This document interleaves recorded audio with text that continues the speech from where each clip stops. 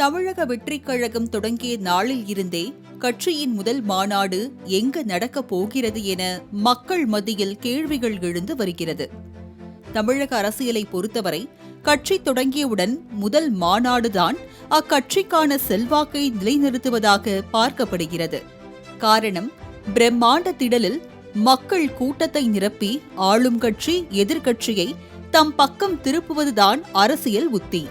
அந்த வகையில் திமுகவின் முதல் மாநாடு 1956ஆம் ஆண்டு மே மாதத்தில் திருச்சியில் நடைபெற்றது.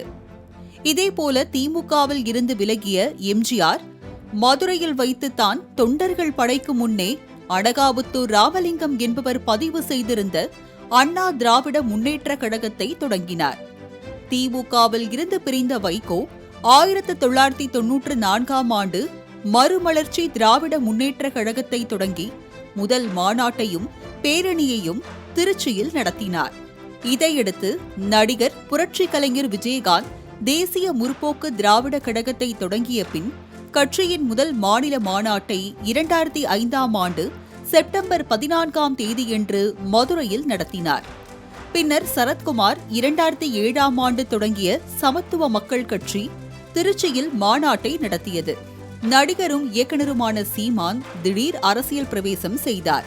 அப்போது அவரது ஒருங்கிணைப்பிலான நாம் தமிழர் கட்சியின் முதல் மாநாடு மதுரையில் நடைபெற்றது. இவ்வாறு தமிழக அரசியலில் பிரபல கட்சிகள் அனைத்தும் மதுரை, திருச்சி இந்த 2 மாவட்டங்களையே மாநாடு நடத்துவதற்கு தேர்வு செய்தது.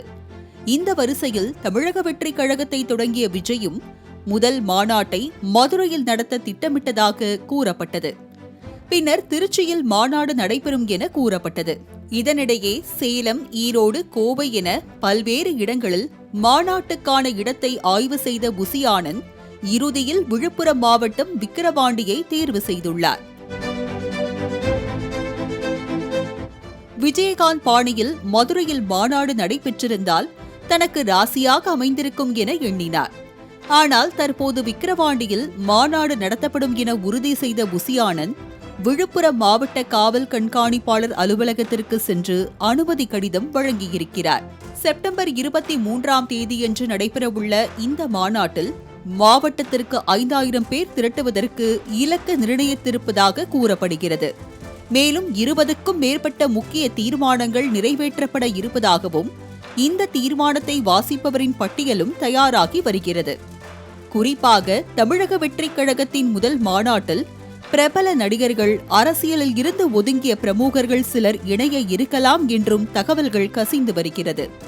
செப்டம்பர் 23ஆம் தேதியன்று விஜயின் மாநாடு நிச்சயம் தமிழக அரசியலில் ஒரு பூகம்பத்தை உருவாக்கும் என எதிர்பார்ப்பு எழுந்துள்ளது.